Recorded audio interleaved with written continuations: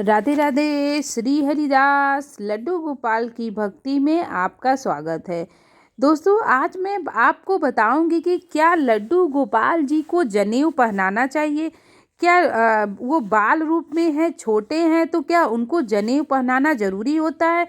क्योंकि हम जनेऊ कब करते हैं, बड़े होकर करते हैं, तो क्या ही हम कोई गलती तो नहीं करते हैं जिसकी सज़ा हमें भुगतनी पड़ती है। हमारे घर वालों को बहुत सी ऐसी गलतियां होती है जो हम लड्डू गोपाल की सेवा में करते हैं, जाने अनजाने में हमें समझ में नहीं आता। तो आप वो गलतियां बिल्कुल न करें।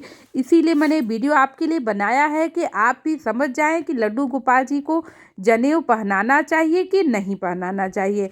तो देखिए, मैं सबसे पहले आपको बता दूं कि आपने देखा है कि पंडित लोग भी जनेऊ पहनाते हैं। आपने अक्सर देखा होगा कि लड्डू गोपाल को लोग जनेऊ पहना देते हैं। पंडित लोग भी आते हैं, चाहे पूजा पाठ हो, चाहे कि कोई भी काम हो, उसमें देखते हैं जनेऊ जरूर पहनाते हैं। तो जनेऊ पहनाना भी चाहिए, क्योंकि हमारे शास्त्रों में विधान होता है कि किसी भी बालक का जैसे ही वो बड़ा होता है उसका जनेऊ 12 साल में कर देना चाहिए। क्योंकि 12 साल से पहले किसी भी बालक का जनेऊ नहीं होता है। जनेऊ बहुत ज़रूरी होता है। विधि विधान के अनुसार ही लोग जनेऊ करते हैं। तो आपको मैं बता दूं कि आपने देखा होगा कि लोग लड्डू गोपाल को भी जनेऊ पहना देते हैं। तो ये जो जनेऊ पहनाया गया है, ये पंडित ने पहनाया हुआ है। तो चूँकि हमारे घर में गृह प्रवेश का पूजा हुआ था, तो लड्डू गोपाल को मतलब कि जो पंडित आए थे उन्होंने जनेऊ पहना दिया था। लेकिन मैं बता दूं कि शास्त्रों के अनुसार आप देखेंगे तो सच में लड्डू गोपाल जी को जनेऊ पहनाना चाहिए। लेकिन आप अपने दिल की अगर सुनेंगे, आप अगर लड्डू गोपाल जी को एक बालक मानते हैं, एक उनको बाल रूप में जब आप उनको सुला रहे हैं, उनको नहला रहे हैं, उनको खाना खिला रहे हैं, उनकी सेवा कर रहे हैं, उनकी आरती कर रहे हैं, तो आप ज़रा सोचिए। फिर आप शाम को भी उनको सुला रहे हैं और विधिवत सुला रहे हैं। तो आप मुझे एक बात बताइए, आप किस भाव से इनकी सेवा कर रहे हैं। वो हमारे लाला हैं, ठाकुर हैं, साथ ही साथ आप एक बाल रूप में उनकी सेवा कर रहे हैं। तो किस बाल रूप में, जो लड्डू गोपाल जी का बाल रूप है वो एक जैसे बच्चा रेंगता है, ठीक है। आप देखते हैं जैसे बच्चे रेंगते हैं, क्रॉलिंग करते हैं। आपने वो चीज़ देखा है ना कि बच्चा उस समय कितने साल का होता है। 7 से 8 साल का होता है जब वो रेंगता है। तो आप सोचिए कि एक छोटे से बालक 7 या 8 महीने के बाल रूप में हमारे लड्डू गोपाल जी हैं। कभी आपने 7 से 8 महीने लड्डू गोपाल के बाल रूप को जनेऊ करते हुए देखा है? क्या आप अपने छोटे से बालक का जनेऊ करते हैं? नहीं करते हैं। क्यों? क्योंकि वो बहुत ही छोटा बच्चा है। छोटे बच्चों का जनेऊ नहीं होता है। किसी भी बच्चे का 12 साल के ऊपर वाले बच्चों का जनेऊ होता है।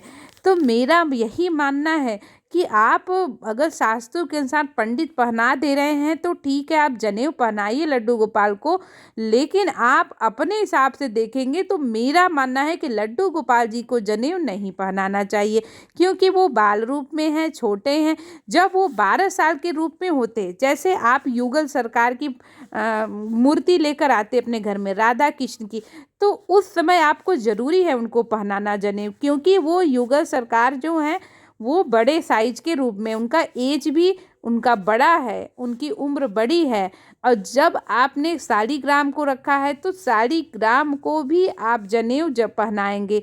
लेकिन यदि आप लड्डू गोपाल को रखे हैं तो लड्डू गोपाल को आप जनेऊ, मेरा मानना है कि आप मत पहनाइए, क्योंकि वो एक बालक रूप में है। एक बालक को जनेऊ पहनाना मेरे हिसाब से तो शोभा नहीं देता है, क्योंकि वो बाल रूप में है। हमारी जो भावना है लड्डू गोपाल के प्रति एक बालक के रूप में जुड़ी हुई है। तो हम बालक के रूप में ही उनको देखते हैं, उनको प्यार करते हैं, उनका श्रृंगार करते हैं, उनकी सेवा करते हैं।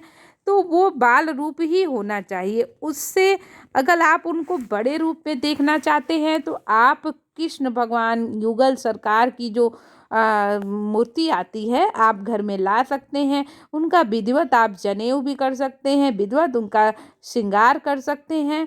तो अपने हिसाब से आप सोचिए कि हमारे वो बालक हैं, हम अपने बालक छोटे से बालक का जनेऊ कैसे कर सकते हैं।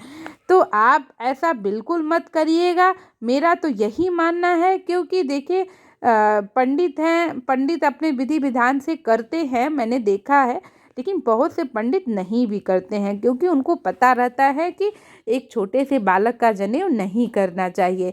तो आप इन सब चीज़ों को देख लीजिए और वो गलतियां नहीं करिए जो गलतियां लोग करते हैं।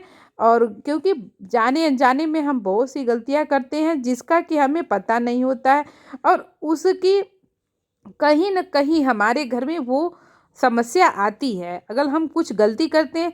हालांकि प्रभु हमें ऐसी कोई कष्ट नहीं देते हैं जिसको कि हम झेल ना पाए, या जिस बहुत कष्टकारक हो।